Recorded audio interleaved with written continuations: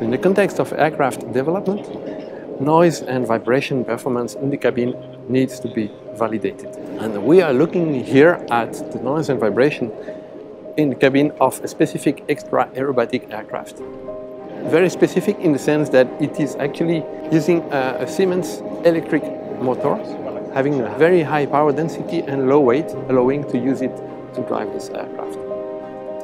So, how can we measure noise and vibration in the cabin during flight? We are actually using a very compact device that is a SCADAS XS measurement device that is attached in the cabin, to which we can connect several sensors. Here we are connecting accelerometers as well as microphones to measure noise and vibration in the cabin. So the data is going to be recorded on this device and can be post-processed afterwards, after the flight.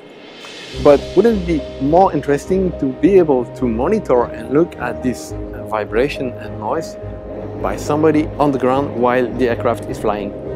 Well, this is actually what we have implemented here. And by using a small router device, we are actually sending over the data that is measured in the aircraft to the cloud. So then this data is available to anybody on the ground having an internet access and being able then to monitor and to visualize the vibration and noise level while the aircraft is flying almost in real time.